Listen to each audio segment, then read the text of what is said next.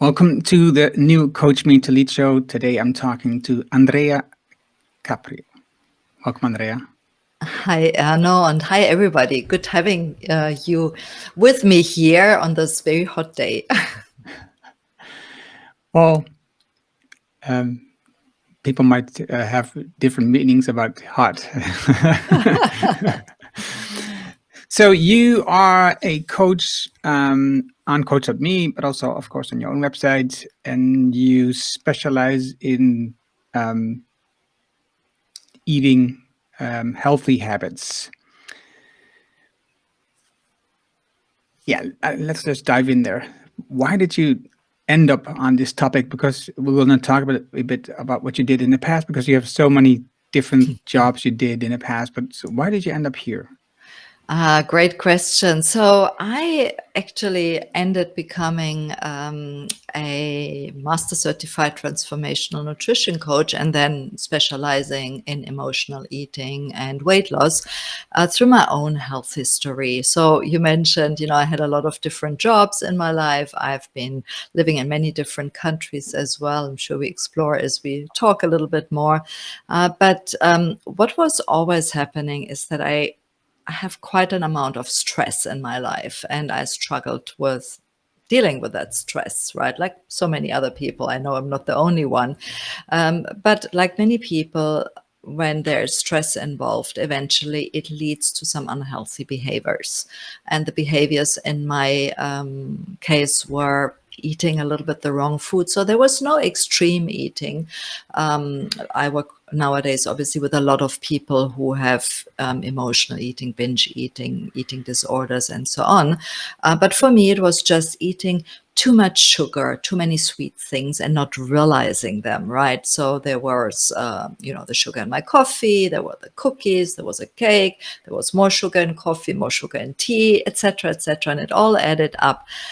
Plus, obviously, the stress I was experiencing through my work and my personal life as well at certain times.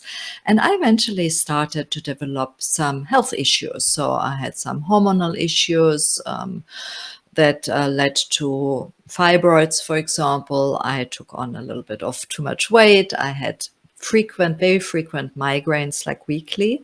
I was almost feeling tired, no energy. My digestive system was really not working well, etc., etc. And I, at that stage, came across, some healthier way of eating, and I started implementing healthy habits.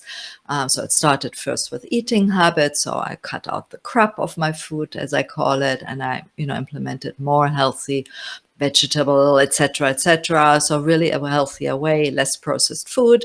And then also later on, I started really implementing regular exercise, stress management techniques, sleeping habits, healthy sleeping habits, and so on. And at that stage, how things are, you read something on Facebook and so on. I came across a holistic nutrition school, and I said, oh, I really would love to learn a little bit more about. By that time, I really, saw so many improvements in my own health. I went from weekly migraines to 2, 3 times a year only. I had plenty of energy. I lost weight. My hormonal issues later on improved. My digestive issues improved, and so on. So I wanted to help other people achieve the same. And at that time, I had just moved to the States, to Miami, and I saw really around me how not healthy many people live there. And I know it's not only there, obviously, it's in other places as well. So anyway, as I said, I came across this ad from this nutrition school, and I researched, and then I signed up for the school I actually followed, and I became a master certified transformational nutrition coach with all the specialization I did in digestive health, emotional health, hormonal health, weight loss, and so on. And I started my own company, and that is over 7 years now. And this topic of food, maybe even the topic of obesitas, is so clear in the Western world in the last 30 years or so. So many people have like unhealthy weight for them, right? So they are just too heavy, and So I can consider I can see how important this topic is for a lot of people. Do you know any numbers of how many people are overweight, for example, in the US or in Germany, in Italy? Yeah, I would not know in Germany, Italy, because I'm not focusing on these markets, so I don't have the figures offhand. The US is pretty dramatic and it's increasing. You're absolutely right. Obviously linked very much to our lifestyle, today's lifestyle. I think a lot also to do with, being bombarded with messages from the food industry, etc., etc. So roughly, because it changes unfortunately very quickly, around 60 to 70% are overweight. With 30 to 40% of people in the US that is being obese. I don't have the latest figures now from this year, of course, but it's really getting worse. And with it, of course, a lot of illnesses, right? Like diabetes, for example, is definitely unfortunately, on the increase as well. Yeah. So it's dangerous. It shortens your life. It's expensive. You need treatments once you get ill. So we know it's not good for us, True. but we still eat too much sugar, for example. And you at some point decided to that you eat too much sugar and to quit and eat healthier. And it sounds very easy, but I know from experience that it isn't easy. No. I sport quite a lot, but still also I do intake sugar too much, to my opinion. So what did you do? What habits did you use to really work on the sugar habit? So I will share a little bit what I do and also some things which maybe I recommend or that worked very well with my clients because I think that's the most beneficial, for listeners here. So first of all, for me, the biggest thing was to be aware, right, that I was eating too much sugar. I think awareness is always, for me, in anything is the start point. So whenever you have an issue, is being aware of it, because only what we can see is something we can improve, right? So being aware of that is the first step and was for me definitely. The next step for me was finding out why I'm eating so much sugar, right? So it was really finding out about, okay, where is the sugar and why am I eating it, right? So first of all, being aware. So what I did at the time is I actually wrote down all the sugar I ate, right? So, a spoon, or it was actually at the time, it was 2 spoons in my coffee. And, then there was the sugar there and whatever. So I wrote it down and I realized like it was like a full glass of sugar, right? If I add it up. So, just by realizing that, I was like, oh, wow, okay, that's really a little bit too much, right? Much too much. But anyway, so that was the first one. Then it was slowly changing the habit. So replacing, for example, at the time, I know I reduced the sugar. So instead of using 2 spoons, I used 1 spoon only, right? I changed to beverages where I don't wanted sugar in. For example, for me, coffee without sugar I just don't like it still today. But I like, for example, herbal teas without sugar. So I switched more to herbal teas. Then the next thing for me was finding better options for the sweetness I like still in my life, right? Because I am really, and today when I work with my clients and for myself as well, I'm really against restriction, because restriction doesn't work, right? That's why this whole dieting doesn't work, because people go, for 1 week, 3 weeks, whatever it is in this diet, and, are really restricted. In the end, they're so frustrated when they just eat, and then they're back to square one, and often worse.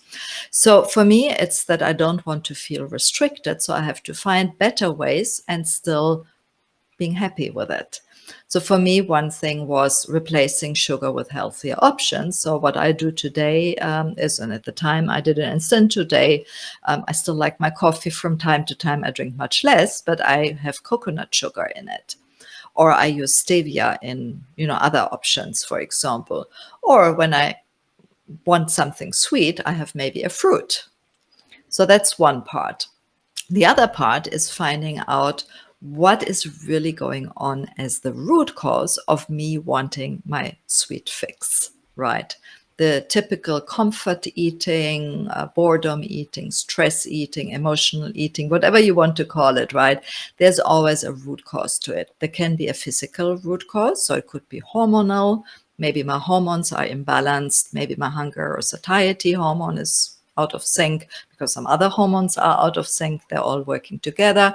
Maybe my digestive system is that my gut health is compromised and my bad gut bacteria is craving the sugar because they want to stay alive and sending signals to my brain.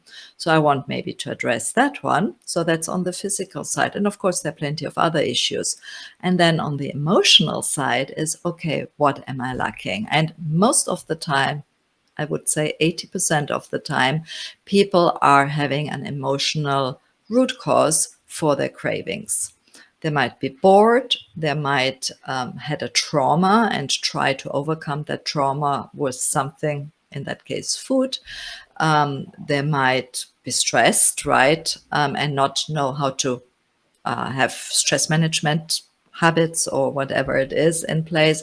They might be tired, right? And they might want to work on their sleep habits so they can overcome this. So really find out. And then, of course, it's implementing them.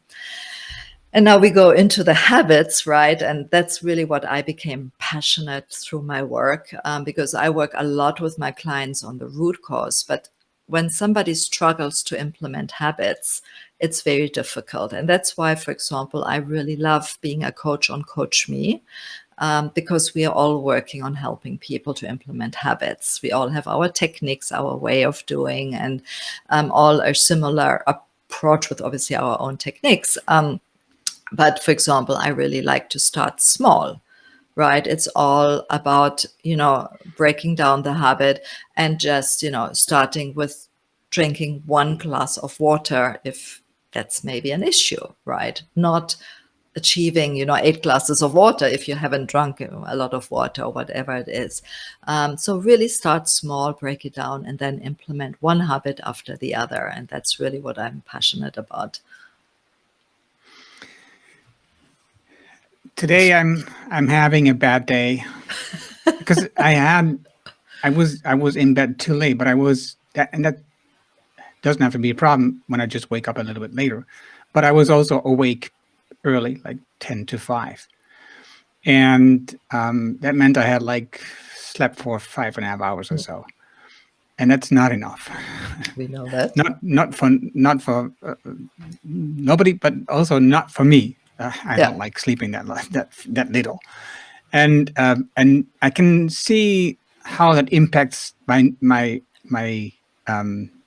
I would say need, but that's not what it really is. My craving for sugar, yeah, craving, that's the word. So I during the weekend I can accept that I eat like sandwiches with chocolate sprinkles. I've made it that it's only for the weekend, and but now, of course, today I'm also eating it because I need it.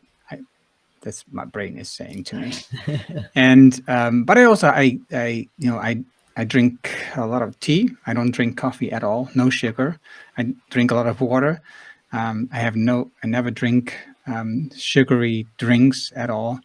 And I try to avoid like certain food types, right? For example, I've said, okay, I don't want to eat any more chips. Not French fries, but the chips, which you eat. And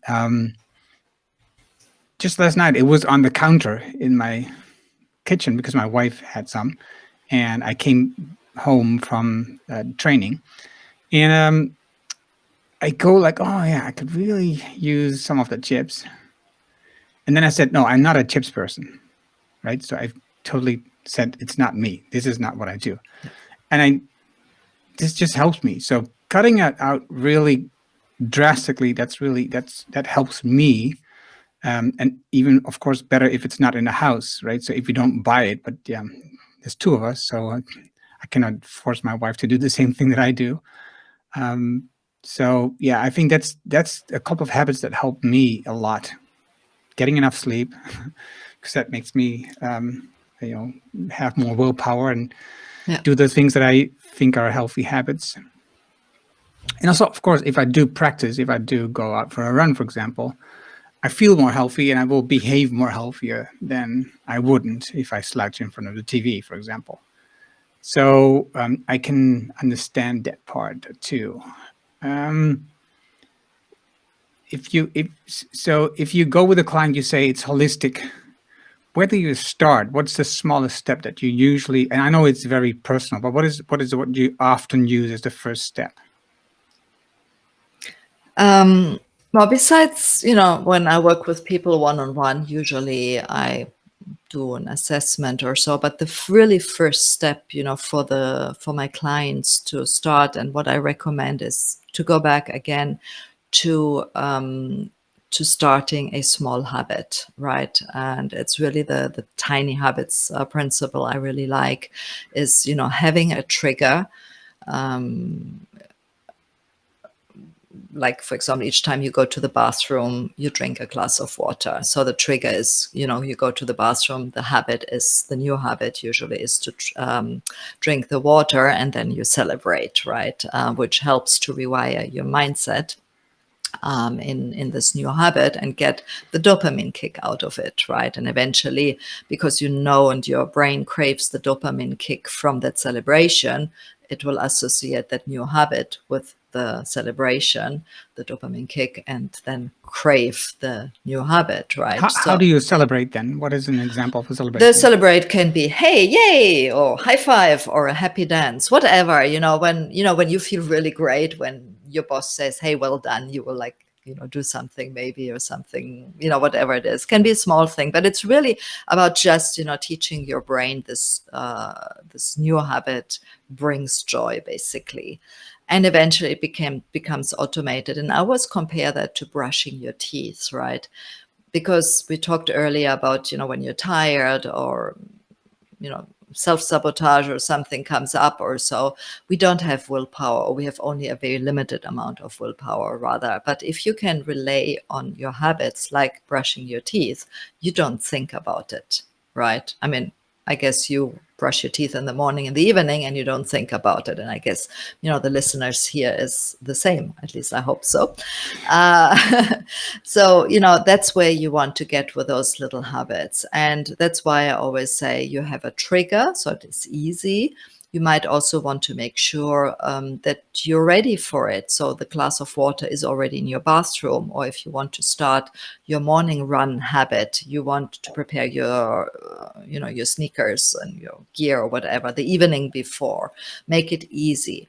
Also make it really easier than easy, so you're sure to do it.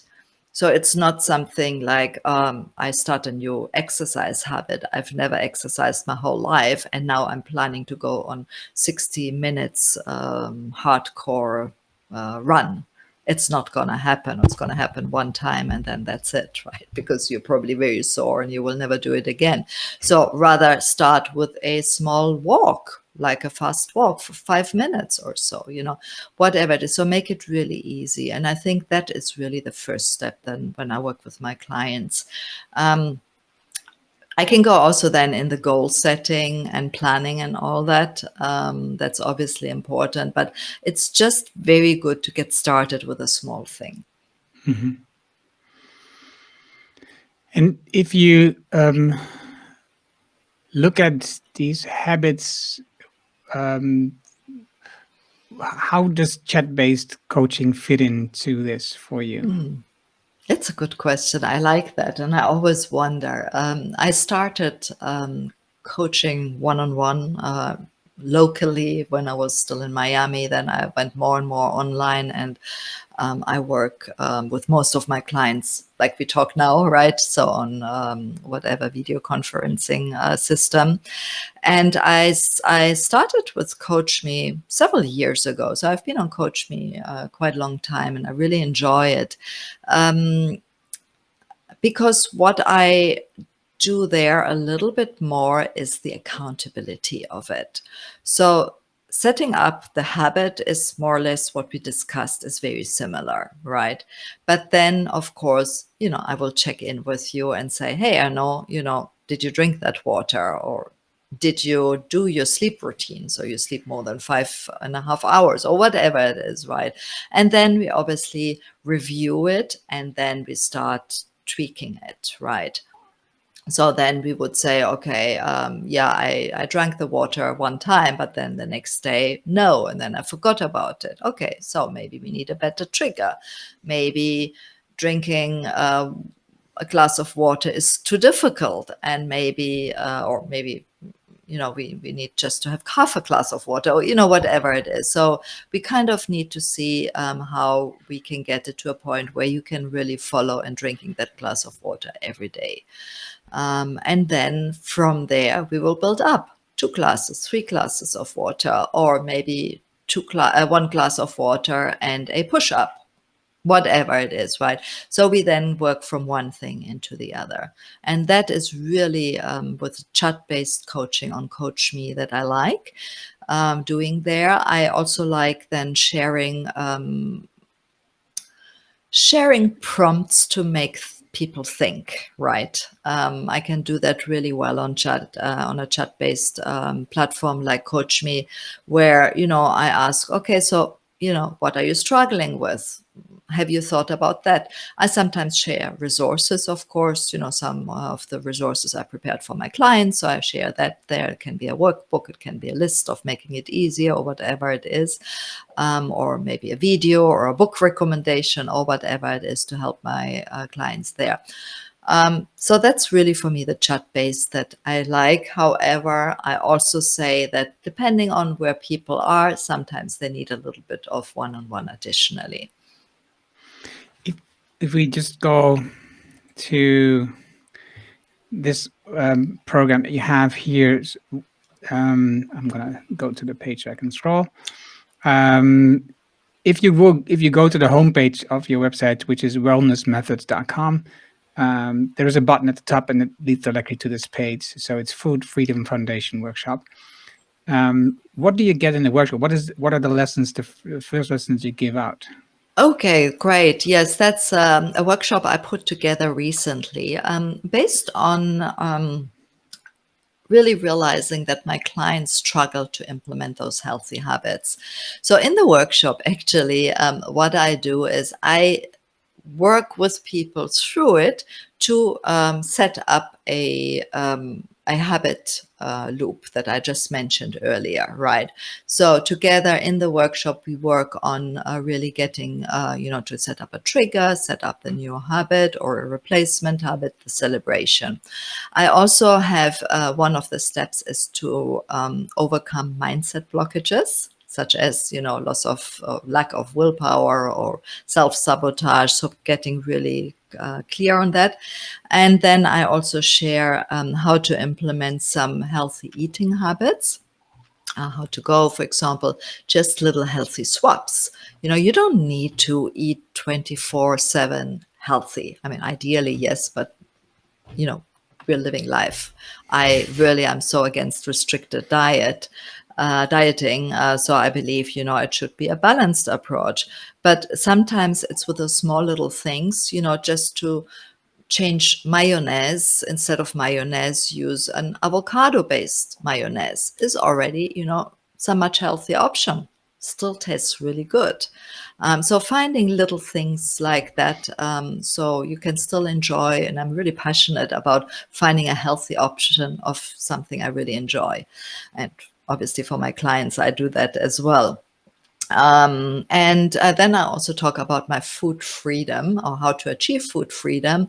And a lot what I developed in my own business is around food freedom. So I have basically a food freedom foundation. So this foundation to achieve food freedom. And then I have also a food freedom formula, right? So it's really about feeling good about food, not feeling restricted, stop being controlled by food, like, the yo-yo dieting, things like that, and really free flow towards feeling good about yourself and about the food you eat, so you can achieve lasting weight loss, because anything else is just not working. And I think people who have been on the diet bandwagon will agree to that. I was looking through your website, and you already mentioned the part of the foundation. Let me go there. So, but you also have the 10-day sexy weight detox program. Mm-hmm. I like your titles. I think there's just beautiful how you and also here you combines them. I see that effortless weight loss program. So the forever perfect weight program. So I like the titles of what you do. Here you see the free workshop sign up for Food Freedom Foundation workshop. I love that part. Here is the 10-day forever sexy weight program. So does this include that you also give like food plans out? So yes and no. Yes, for the 10-day sexy weight reset diet detox program. Yes, because it's really a very focused approach. And this is, by the way, what started off my kickstarted my health journey. Actually, I did it for 21 days. So the 10 days, I have a 21-day program as well on my website, but the 10-day is like the shorter version of it. And really great to start, because that allows, really to get rid of toxins that often prevent us from achieving weight loss. Because if your liver is full of toxin, it's like, when the pipes of your house are stuck, nothing flows back and forth. So you need to basically often reset that. And then, actually people can feel much better and lose weight or improve their health and so on. So in that 10 days program, yes, you do get meal plans, recipes, etc., etc. You get it in all my programs where I help you. Either I give you the recipes or the meal plans if you need to. But what I actually like far more doing is that I teach people how to find that themselves, right? To make easy meal plans that work for them. We all are busy, right? I mean, most of my clients are super busy in either their business or in their job. I work with a lot of high-level executives. They have children, they juggle their way, their life at home and business and whatever. So they don't have time. And I really believe of making things easy. So, I do teach them how to use meal plans. So when you join my Food Freedom Foundation workshop, I actually have there a really great offer for the course with the same name, where I go, obviously it's a bit longer than just a workshop. I go deeper. And for example, to give you an idea, I teach how to use ChatGPT to find meal plans, or to make your own meal plan, find recipes, right? Very easy to do. I did it the other day with one of my clients of that program, and she was like, oh, wow. And I just copy pasted everything for her. And I was on a call with her. I have a Q&A session with her yesterday, and she said, like, oh my goodness, you changed my life. And she has a difficult son. I mean, the son is not difficult, but for eating, he's difficult. The husband is another thing, and she wants to be healthy. And with the help of ChatGPT that I teach in my in the course that I promote in the workshop, actually, it's really easy to do, and it helps people. So this is really what I like doing and helping people. Nice. Then I'm going to show this one too. This is your page on Coachdotme. And you have a lot of programs here, a lot of personal group programs. do you see as a coach that this helps you, that you have a number of different programs on Coach.me? So I actually put all of them up because you have on Coach Me really great. I love that you have different habits that you can track. So Coach Me, what I like about that app as a user as well, is that you can track anything: eating healthy, tracking food, stopping to eat sugar, sodas, whatever it is. So you can set that up, and you can then check in, and there's a forum and whatever. And then if you want to get help from a coach, then you can ask that coach or whoever you like there, to help you on work. And I really like that, obviously, because it gives you more accountability when you work with a coach. I mean, that's really one of my favorite things on Coach Me, is coaching people with accountability. So that's why I set them up through the different, obviously all our fields I'm working on with my clients, so people can find me. And then I added a couple of courses as well that I think fit in well, that are some of my programs I developed especially for clients on Coachdotme, or have already developed, and I just put it on Coach Me. So they're just there and people can find me easily. Right. Okay, and choose show. what they like. Yeah. So I'm just going to show this one. My guess is this is Gwen who's behind this. Andrea, I really appreciate the detailed way you describe the process of starting a habit and breaking down how it works, or what to do if it doesn't work. And also she says, wow, that's a clever way to teach ChatGPT to help with healthy eating for one's family. So I'm just going to give you that. I wanted to show this one too, so people can use the link and just scan the QR code. They go directly to your page on Coach.me. What is,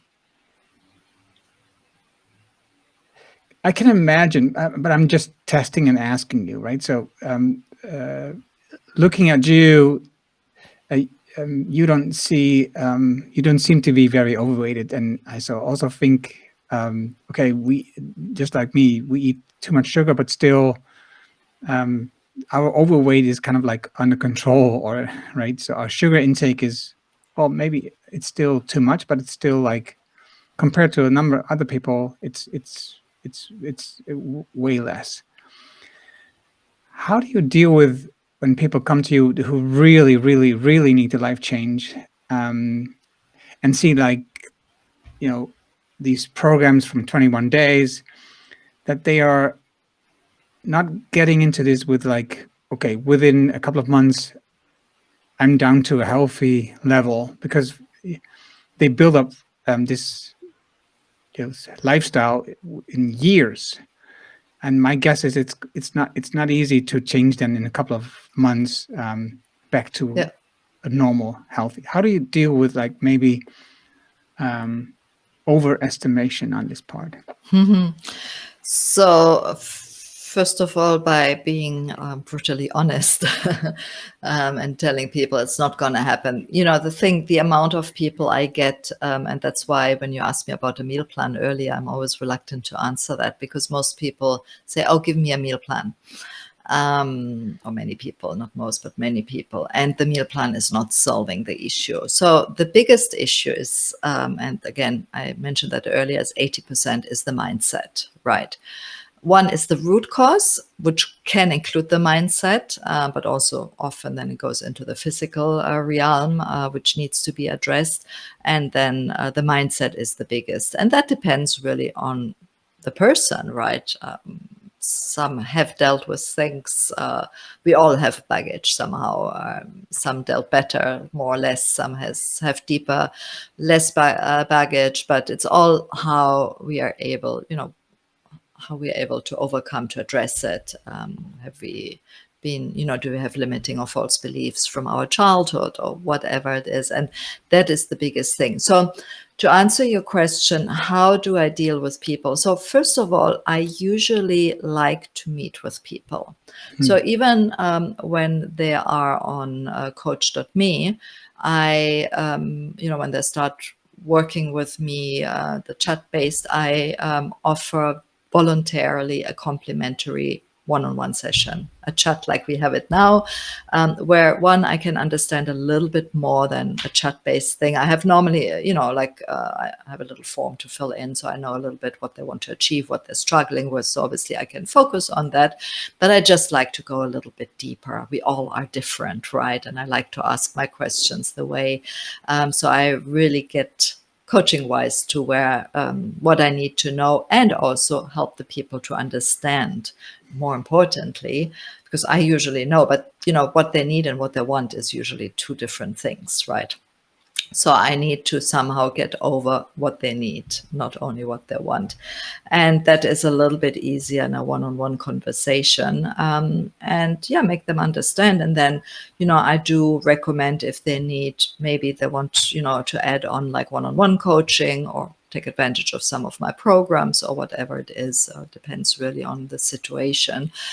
But I make always clear that what they need to work on is usually the mindset.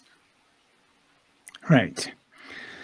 I like what you're telling us right now, what you're sharing, and the whole everything that you do, especially when you talk about emotional eating, because I think it's that is a big thing, right? So emotional eating, not just from people of my age, but also younger people today, because there's a lot of stress emotions that they are going through just by just being alone and just missing a lot of social context, because they're just all the time on the web, and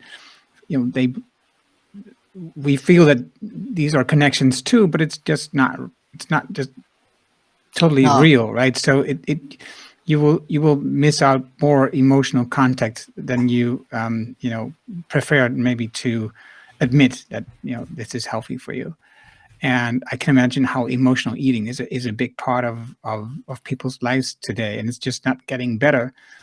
But the way that we deal with emotional situations and the way that we have relationships today.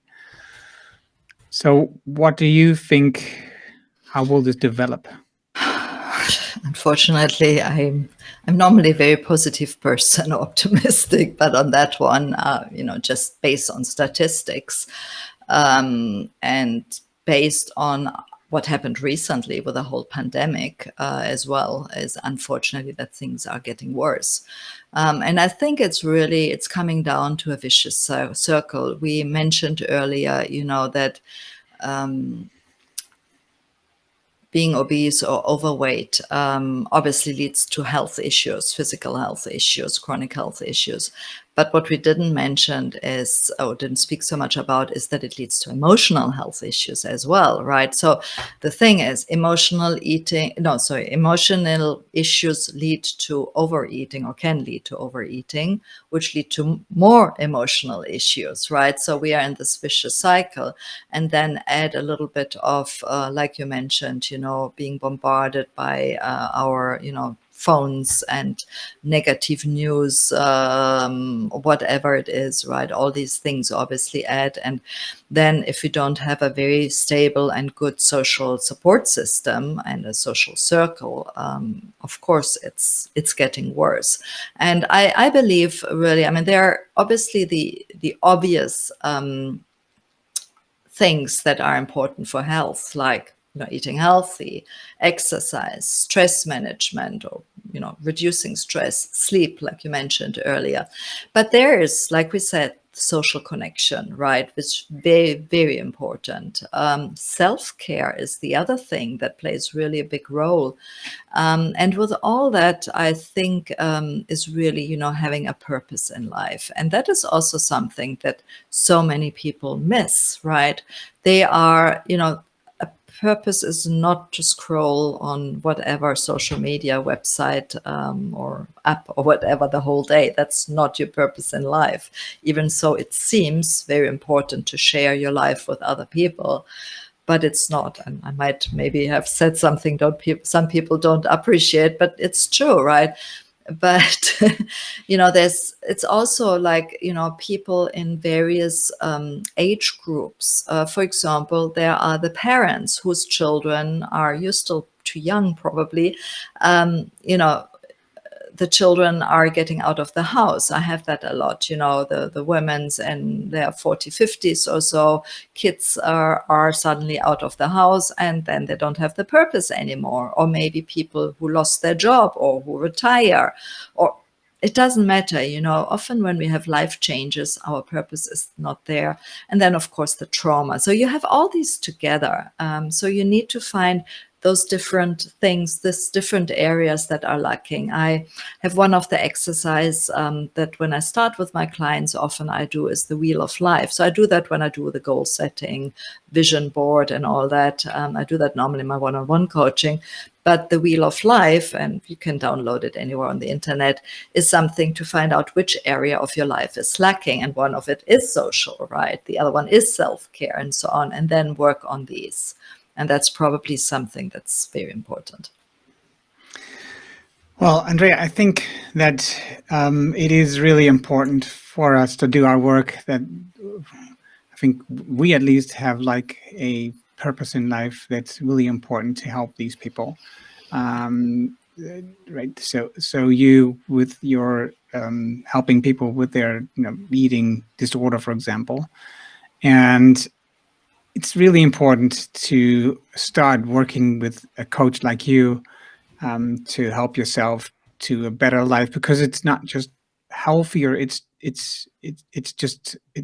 makes you a better person. It just gives you a better life in overall, not just how you look, but also how you feel, how happy you are. Confidence. Yeah, confidence. So many things are in this so important when you start working on these issues, and that's why your work is so important. So thank you, Andrea. Thank you. And I'm going to end, not until I've said, of course, my usual things. Every Monday, you will find the post with the video and the audio version on blog.coach.me. So you can rewatch or just watch it for the first time there.